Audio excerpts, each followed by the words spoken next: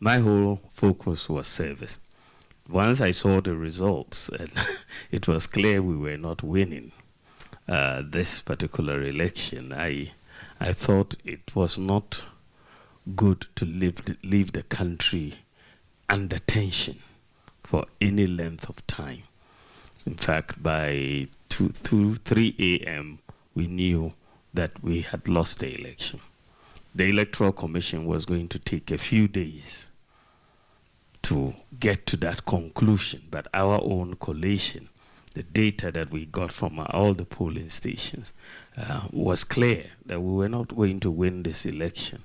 And so the question was, should we wait for the Electoral Commission to go through its processes and then announce in a few days' time, or do I go out immediately? There were different opinions, but I made the decision that it was better to go out. At 3 a.m., it was a bit early. People were sleeping. So I decided that we'll do it at 9 a.m. On Sunday morning. And so we gathered the press, and then I made my announcement that morning to say, you know, my opponent had won decisively, and we are conceding the election. And I think that that helped bring down the tension in the country and help the process of the transition. I made that early concession to preserve our peace in Ghana, because otherwise we could have had many, you know, incidents of violence across, and I could see the potential. And so I thought by an early concession, you know, everybody would relax, you know, the winners would relax, and we who had lost would also understand that we had lost. So that was it. And it was also very important that our democracy should be respected. Democracy is about respecting the will of the people. You may think you are right, but the people may express a different view. And so once the people say, this is what we want, that is it. It's no ifs or buts.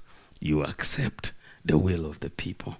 And that is it. So for me, it was very simple, because the people had expressed their views by voting in one direction, and we had to accept it.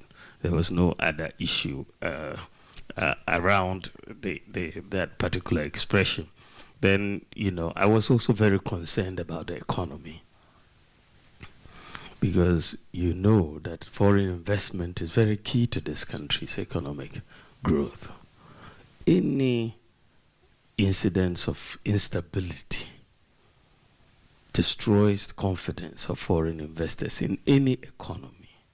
And we have been trying to resuscitate this economy since COVID and all of that.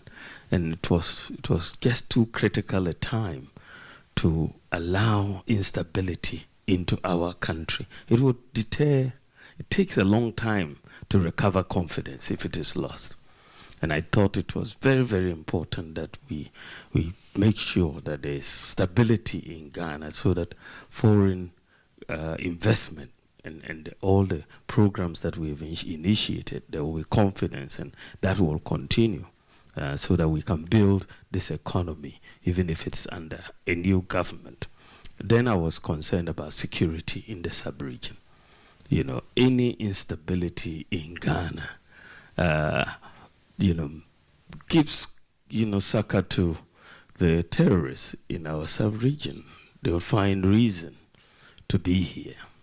And so it was very, very important, for the sake of the security of Ghana, to really emphasize and prioritize our stability and peace here.